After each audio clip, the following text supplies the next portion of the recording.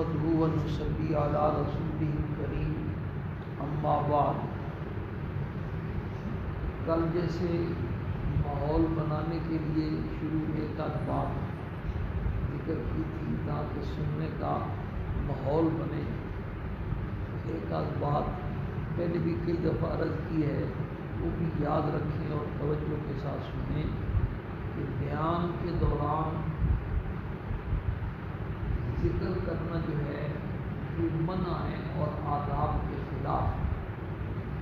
جمعے کا جو عربی خطبہ ہے نا، اس میں تو ذکر کرنا جائز ہی نہیں، یہاں تک کہ درود شریف والی جو آیت خطیب پڑھتا ہے ان اللہ و ملائکتہ، وہ آیت سننے کے بعد درود شریف زبان سے پڑھنا شرعاً جائز نہیں۔ اگر کوئی پڑھے گا تو گنہگار ہوگا، یعنی حکم کی خلاف ورزی ہوگی۔ دل میں اگر کوئی تصور کرنا چاہے درود کا تو کر سکتا ہے۔ ابھی کچھ دن پہلے 2-3 دن پہلے قاری صاحب نے 22واں پارہ پڑھا تراویح میں، تو 22ویں پارے میں انہوں نے وہ آیت پڑھی ہے ان اللہ و ملائکتہ یصلون علی النبی، تو ہم پیچھے جتنے مقتدی تھے ہم سارے خاموش رہے، اس لیے کہ مقتدی امام کے پیچھے نہیں پڑھتے ہیں۔ تو یہ جو خطبہ ہوتا ہے نا، خطبہ بھی نماز کے حکم میں ہے، بلکہ بعض نے تو یہ لکھا کہ 2 رکعتیں فرض ہیں اور 2 رکعتیں خطبے، یہ 2 خطبے 2 رکعتوں کے قائم مقام۔ اس میں بالکل جو ہے نا بول چال ہلنا جلنا، کوئی ایسی حرکت کرنا، یہاں تک کہ اگر کوئی دوسرا بولے اور یہ اس کو خاموش کرائے کہ چپ کرو خطبہ ہو رہا ہے، تو یہ خاموش کرانے والا جو ہے نا اس نے بھی غلطی کی، اس کو بھی بولنا نہیں چاہیے۔ اس لیے وہ عربی خطبے میں تو بالکل ذکر کرنا شرعاً جائز ہی نہیں، لیکن یہ جو اردو کا بیان ہے، جمعے کا بیان ہو یا درس ہو یا جماعت والوں کی تعلیم ہو یا جماعت والوں کا بیان ہو یا آدمی کہیں کلاس میں سبق پڑھ رہا ہے، متکلم آپ کی طرف مخاطب ہے، متوجہ ہے، بول رہا ہے، تو آپ کا کام یہ ہے کہ آپ ہمتن اس کی طرف کیا ہو جائے، متوجہ ہو جائے، اور ذکر کرنا اور یہ سارے کام جو ہے نا بند کر دیں۔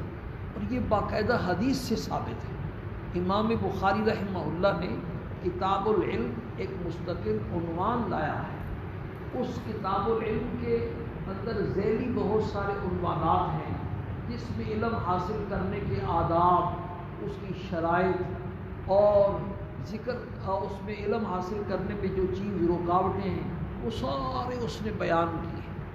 ان میں ایک بات امام بخاری رحمہ اللہ نے یہ لایا، باب الانصات للعالم، عالم اگر بیان کرے اس کے لیے لوگوں کو خاموش کرانا، یہ مستقل ایک عنوان ہے۔ اور اس کے ذیل میں امام بخاری نے حضرت جریر ابن عبداللہ رضی اللہ تعالی عنہ سے روایت لائی۔ حضرت جریر بڑے مشہور اور بڑے خوبصورت صحابی تھے، اور ان کی خصوصیت یہ تھی کہ وہ کہتے ہیں میں جب سے مسلمان ہوا میری حضور صلی اللہ علیہ وسلم سے کبھی ملاقات نہیں ہوئی، لیکن ملاقات کے وقت آپ مسکرا پڑتے، کبھی ایسا نہیں ہوا کہ ملاقات ہوئی ہو اور آپ مسکرائے نہ، یہ ان کی خاص خصوصیت تھی۔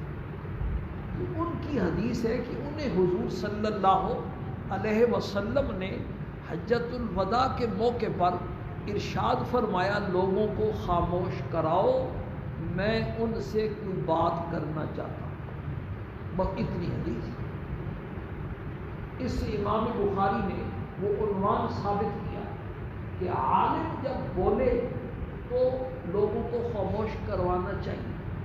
اس حدیث کی شرح میں بڑے شارح ہیں بزرگ جن کا نام کئی دفعہ بیانات میں بھی آتا ہے، حضرت مولانا رشید احمد گنگوئی رحمہ اللہ، انہوں نے اس حدیث کی تشریح میں شرح میں لکھا ہے کہ بھئی لوگ کیا کر رہے تھے جن کو خاموش کروایا گیا اور حضور نے بات ارشاد فرمائی، تو سب لکھا کہ لوگ لبیک تلبیہ پڑھ رہے ہیں، جو حج کا ذکر ہے لبیک اللہم لبیک یہ پڑھ رہے تھے، اور ان کو باقاعدہ خاموش کروایا گیا کہ آپ جو ہے نا خاموش ہو جاؤ، حضور کچھ بات فرمانا چاہتے ہیں۔ اس سے امام بخاری نے مسئلہ ثابت کیا کہ اگر کوئی عالم بیان کرے، کوئی مسئلہ بتائے، کوئی بات چیت کرے تو پھر اس کے دوران ذکر کرنا یہ درست نہیں ہے، ادب کے ناجائز تو نہیں کہہ سکتے لیکن ادب کے خلاف، اور اس کی ایک منطقی وجہ بھی ہے، اور وہ منطقی وجہ یہ ہے کہ یہ جو انسان کا ذہن ہے نا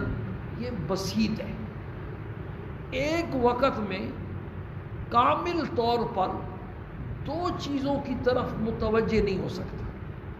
لکھنے ڈرائیونگ کے دوران موبائل فون کا استعمال منع، کیوں منع؟ وہ اس لیے کہ موبائل فون کی طرف توجہ اس کی بڑھ جائے گی تو ڈرائیونگ کی طرف کامل توجہ نہیں ہوگی تو حادثہ ہو سکتا ہے۔ میں جب بھی فون ڈھونڈتا ہوں گاڑی کے لیے تجربہ، بعض لوگوں تو بڑے ماہر ہوتے ہیں، لیکن بھارت وجہ انسان کا ذہن کیا ہے؟ بسیط ہے، بیک وقت کامل طور پر تھوڑی تھوڑی توجہ تو دونوں طرف ہوگی، لیکن کامل طور پر دونوں طرف کیا ہو سکتا ہے؟ متوجہ نہیں ہو سکتا۔ اب اگر بیان یا سبق کلاس کا توجہ کے ساتھ سن رہا ہے تو پھر ذکر ویسی تسبیح پھیر رہا ہے غفلت سے، اور اگر ذکر توجہ کے ساتھ کر رہا ہے تو پھر بیان بے دھیانی میں غفلت سے سن رہا ہے۔ اس لیے ذکر کا یہ اجتماعی عمل ہے، اور ذکر کیا ہے بھائی؟ انفرادی عمل۔ اجتماعی عمل جب ہو رہا ہو تو سارے دوستوں کو اس اجتماعی عمل میں شریک ہونا چاہیے اور اس میں حصہ ڈالنا چاہیے، اور انشاءاللہ یہ بھی ذکر ہے۔ ذکر صرف تسبیح کا نام نہیں ہے یا تلاوت کا نام نہیں ہے، دین کی جتنی باتیں جب بھی ہم کریں گے اخلاص کے ساتھ اللہ پاک کو راضی کرنے کے لیے تو وہ سارا کیا ہے؟ ذکر ہے۔ ذکر کا معنی اللہ کو یاد کرنا، تو ہم یہاں کس کے لیے بیٹھے ہیں؟ اللہ کو یاد کرنے کے لیے بیٹھے ہوں۔ بہرحال کل اصل مسئلہ تو آپ کے سامنے بیان کرنا ہے، اسلامی جو شرعی جو اصول ہیں لباس وہ بیان کرنا ہے، لیکن اس کے لیے پہلے ذہن سازی ضروری ہے۔ اس کے لیے ایک تمہیدی بات میں نے شروع کی۔ تمہیدی بات یہ تھی کہ ہمارا سب کا مشاہدہ ہے، تجربہ ہے کہ جو آدمی کسی بھی لائن کو اختیار کرے جب تک اس کو کمال تک نہ پہنچائے، پایہ تکمیل تک نہ پہنچائے، پورا نہ کرے، ادھورا چھوڑ دے، تو اس کو اس لائن کے اختیار کرنے کا کوئی خاطر خواہ فائدہ نہیں ہوتا۔ ناقص ڈاکٹر، ناقص انجینئر، ناقص حافظ قرآن، ناقص مولوی، ناقص درزی، ناقص موچی، یہ سارے کسی کام کے نہیں ہوتے۔ آدھی چیزیں ان کو پتہ ہیں بھائی، باقی ان کو کچھ نہیں آتا۔ تو کمال جو ہے نا وہ ضروری ہے۔ تو بھائی جو اسلام والی لائن ہے یہ بھی تو ایک لائن ہے نا، اور سب سے بڑی لائن۔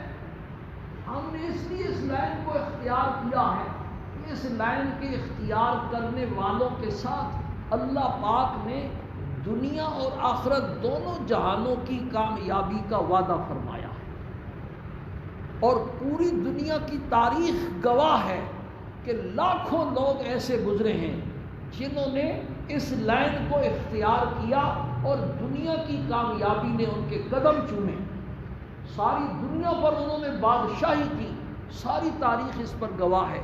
اور ہمارا ایمان ہے کہ جیسے دنیا کی کامیابی نے ان کے قدم چومے، آخرت کی کامیابی بھی انہیں اسی طرح نصیب ہوئی۔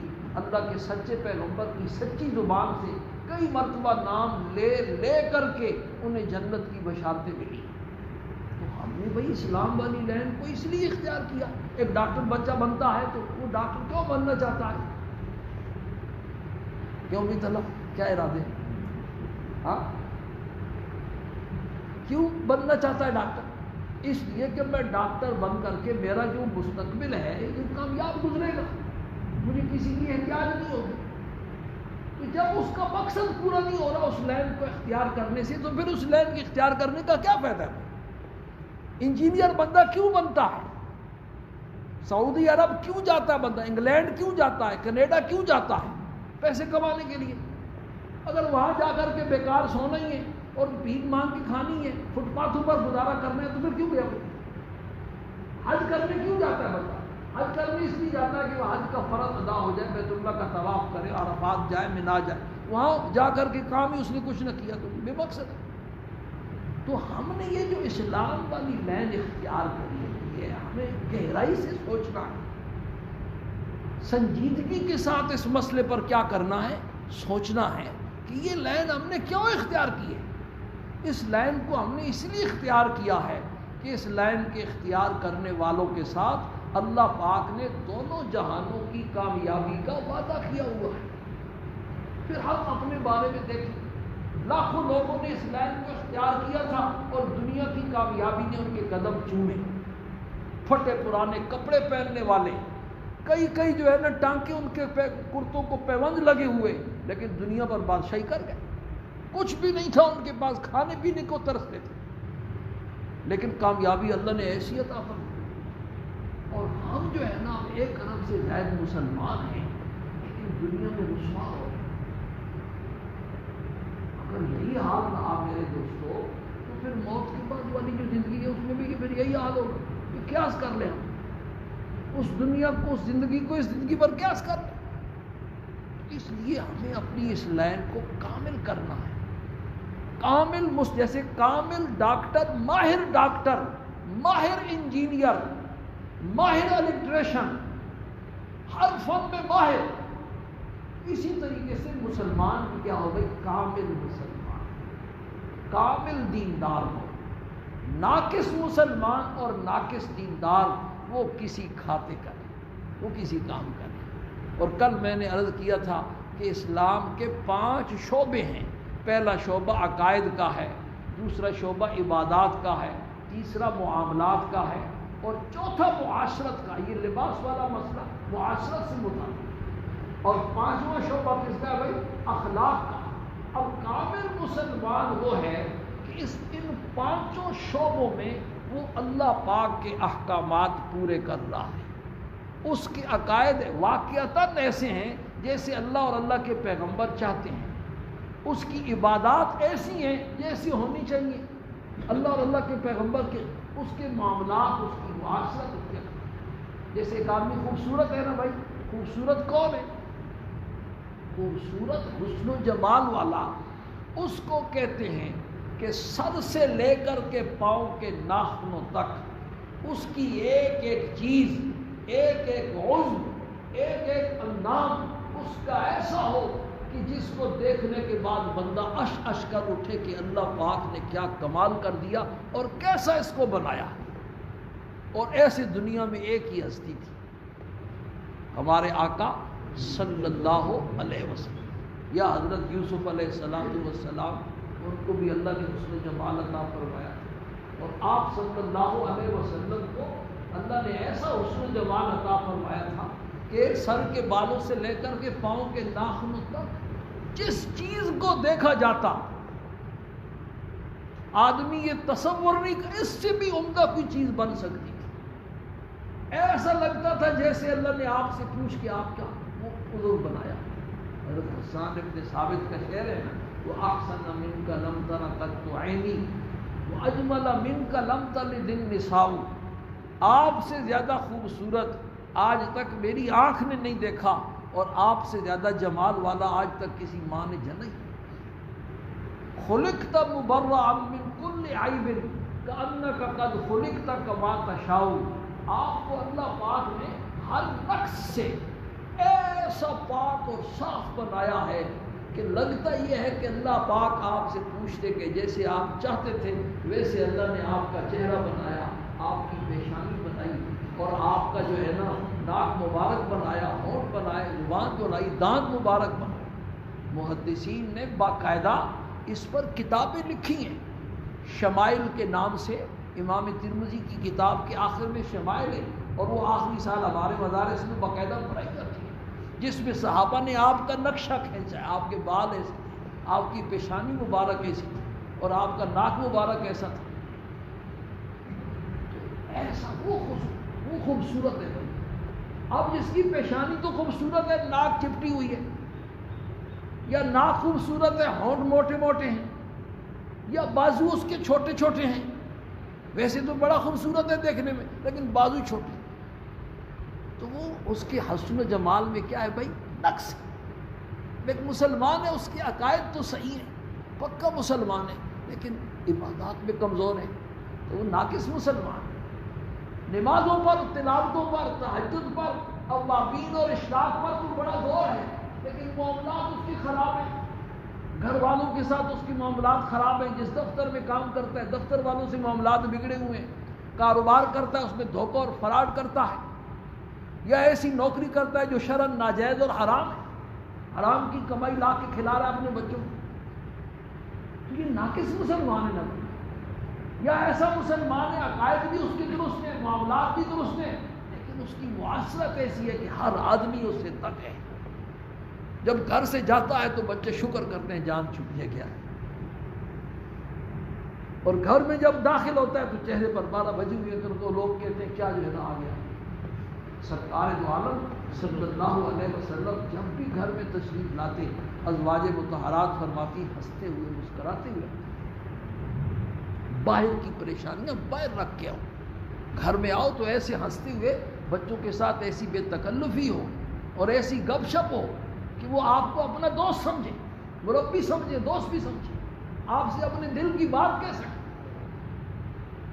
یا بیوی اس سے تنگ ہے، سسرال والے اس سے تنگ ہے، ہم کیونکہ محلوں کے امام ہوتے ہیں، میں اس دل میں یہ چاہ رہا ہے کہ اس لباس کے سلسلے میں اس پر میں بات مستقل کروں گا۔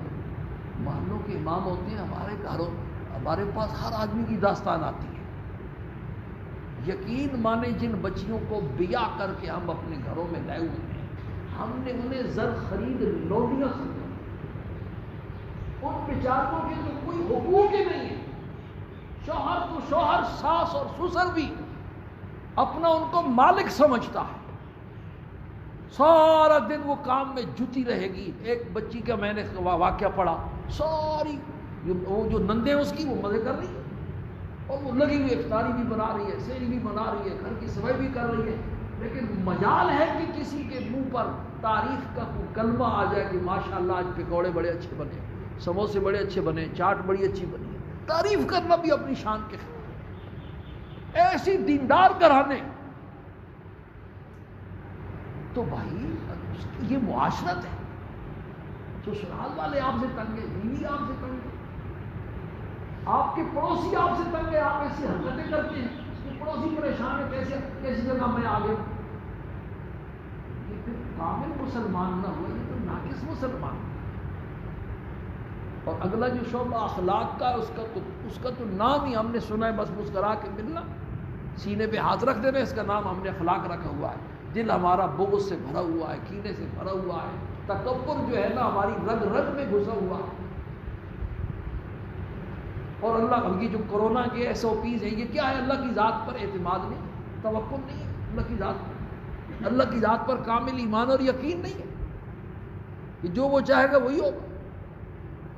تو بھائی خوبصورت جیسے وہ ہے نا جو سر سے لے کر کے پاؤں تک اس کی ایک ایک چیز ایسی ہو کہ دیکھنے والا جو ہے باہر ہو جائے دیکھنے میں اور اشرش کرو، اسی طرح مسلمان وہ ہے کہ عقائد سے لے کر عبادات، معاملات، معاشرت اور اخلاق، اس کا ایک ایک شعبہ ایسا ہو جیسے اللہ اور اللہ کے پیغمبر کا حکم ہے، پھر یہ لائن کامیاب ہوگی۔ ایسے بن کے دیکھو تو پھر دیکھو کہ دنیا میں کامیابی آپ کے قدم چومتی ہے یا نہیں چومتی، اور ایسے مسلمان کے لیے موت کے وقت ہی سے پھر بشارتیں اور اس کا استقبال شروع ہو جائے۔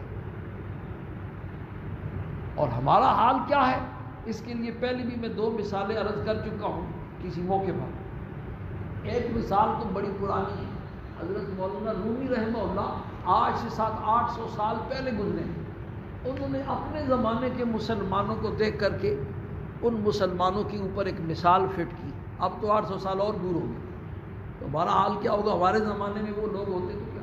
ابن مسعود رضی اللہ تعالیٰ عنہ سے اس دور میں کسی نے پوچھا صحابہ کے بارے میں، تو حضرت عبداللہ ابن مسعود رضی اللہ تعالیٰ عنہ فرمایا کیا پوچھا؟ اگر صحابہ قبروں سے نکل آئیں اور تم ان کو دیکھ لو تو پاگل سمجھو، اور وہ تمہیں دیکھے تو کافر سمجھے کہ یہ تو مسلمان ہی نہیں۔ یعنی اتنا انقلاب آ گیا تھا تابعین کے زمانے میں، اور اب تو 1400 سال کا زمانہ گزر چکا۔ آج سے 700-800 سال پہلے مولانا رومی رحمہ اللہ نے اپنے زمانے کے مسلمانوں پر ایک مثال فٹ کی تھی، ہنسی کی بھی ہے، کہا کہ آپ کی تھوڑی سی تھکاوٹ بھی دور ہوئی. ہاں اعتکاف والے رات کو جاگتے ہیں، آج رات کو سوئے میرے ساتھ، فجر سے لے کر اب تک بھی سوئے ہیں. تعلیم کرائی تھی نہیں کرائی تھی؟ اجتماعی تعلیم نہیں، وہ اجتماعی تعلیم جو اثر کو ہوتی ہے وہ تو عام لوگوں کے لیے. بھائی اعتکاف والے بھی تو کچھ کریں نا، صبح 10 بجے 11 بجے 1 گھنٹہ تعلیم کا لازمی رکھیں، فضائل کی کتاب یا فضائل صدقات پڑھیں تاکہ ان کو کام ملائے. تو مولانا رومی رحمہ اللہ نے فرمایا بھی پرانے زمانے میں ایک آدمی جو ہے نا کسی نقاش کے پاس گیا جو تصویر بنانے والا تھا، اور اس کو کہا کہ میرے جو ہے نا سینے کے اوپر شیر کی تصویر بنا کے دو. کوئی نواز شریف کا ہوگا عاشق، جیالہ ہوگا، میرے سینے پر یا کمر پر شیر کی تصویر بنا کے دو. اس نے کہا بھائی ایک تو پیسے بڑے لگتے ہیں، بڑا مہنگا کام ہے، اور دوسرا تکلیف بھی بہت ہوتی ہے. اس نے کہا تم فکر نہ کرو پیسوں کی، پیسے میرے پاس بہت ہیں، پیسے بھی میں خرچ کروں گا اور تکلیف بھی برداشت کروں گا، تم بناؤ بس. وہ بناتے ایسے تھے، سوئی سے کھودتے تھے، رنگ بھرتے تھے. انہوں نے کہا چلو بھی تیاری کر. جب وہ تیار ہو گیا اس نے جو ہے نا سوئی اٹھائی، ایک دفعہ چبوئی نا اس کو، کہتا رہے یہ کیا کر رہے ہیں؟ اس نے کہا میں شیر کی دم بنا رہا ہوں. ابھی ابتدا میں لکھی ہے شیر کی دم سے. اس نے کہا یار شیر بغیر دم بھی نہیں،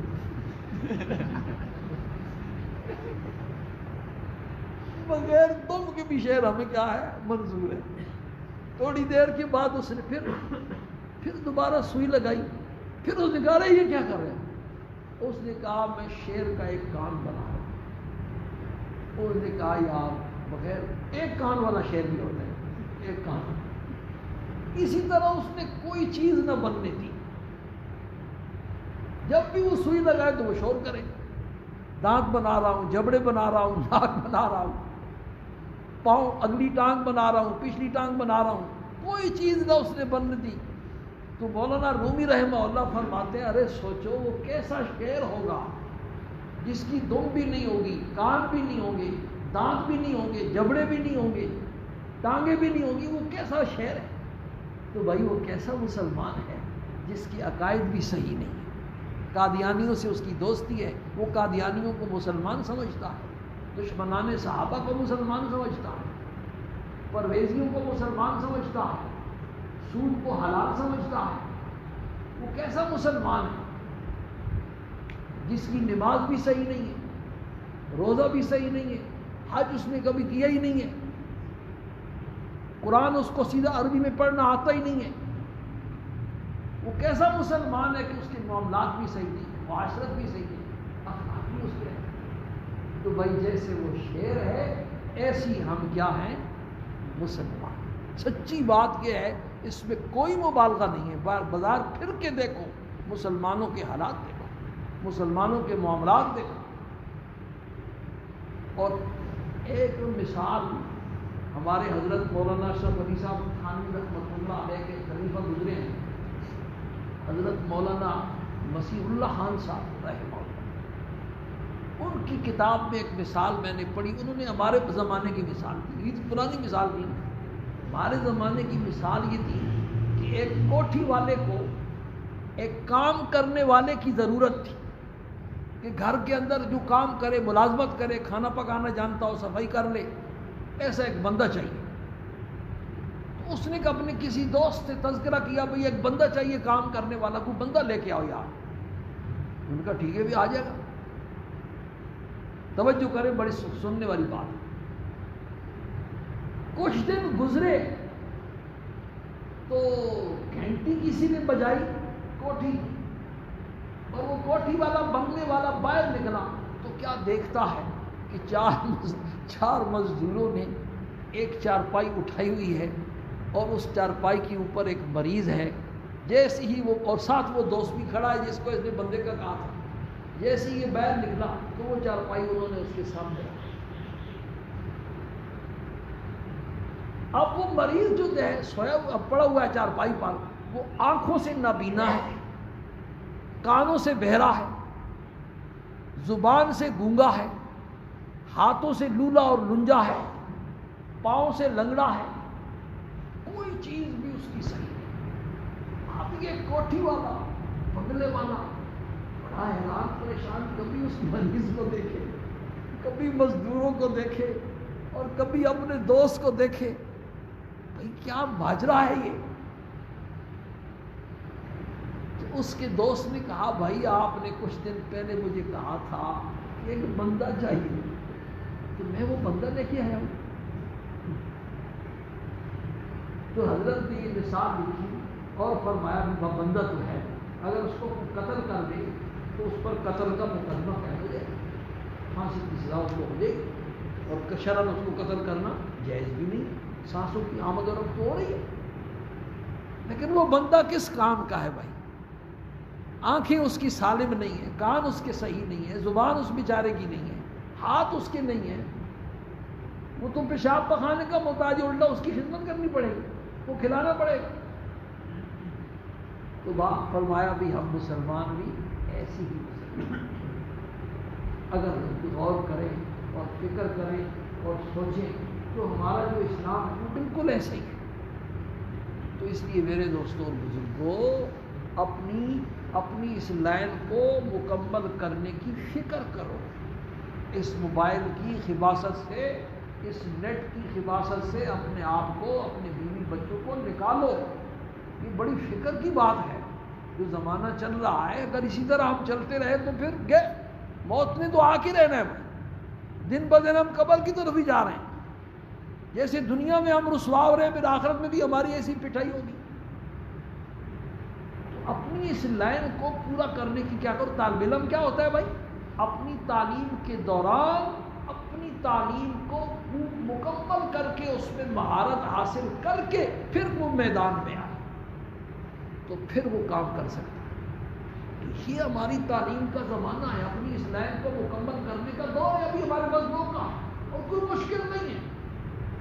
یہ دین آسان ہے، لا یکلف اللہ نفسا الا وسعها۔ اللہ پاک نے کسی انسان کو ایسے کام کا حکم نہیں دیا کہ جو وہ کر نہ سکے۔ اسی دنیا میں لاکھوں لوگ اب بھی ایسے موجود ہیں جو ہماری طرح انسان ہیں، جن کے بیوی بچے ہیں، بہن بھائی ہیں، برادری ہے، خاندان والے ہیں، دنیا کے سارے نظام ہیں ان کے، لیکن وہ 100% پورے دین کے اوپر چل کر کے تھے۔ اور اسی لیے اللہ نے انبیاء علیہ السلام کو انسان بنا کے بھیجا کہ جیسے انسانوں کے ساتھ ضروریات لگی ہیں، انبیاء علیہ السلام کے ساتھ بھی یہ ساری ضروریات لگی ہیں۔ تو بھائی جیسے وہ دین پر چل سکتے ہیں تو ہم انسان ہیں، ہم کیوں نہیں چل سکتے؟ اللہ پاک ہم سب کو اس کی سمجھ نصیب فرمائے اور اس پر عمل کرنے کی توفیق نصیب فرمائے۔ معاشرت والا جو شعبہ ہے اس کا ایک حصہ لباس کے ساتھ متعلق ہے، کل سے انشاءاللہ اس کو شروع کریں۔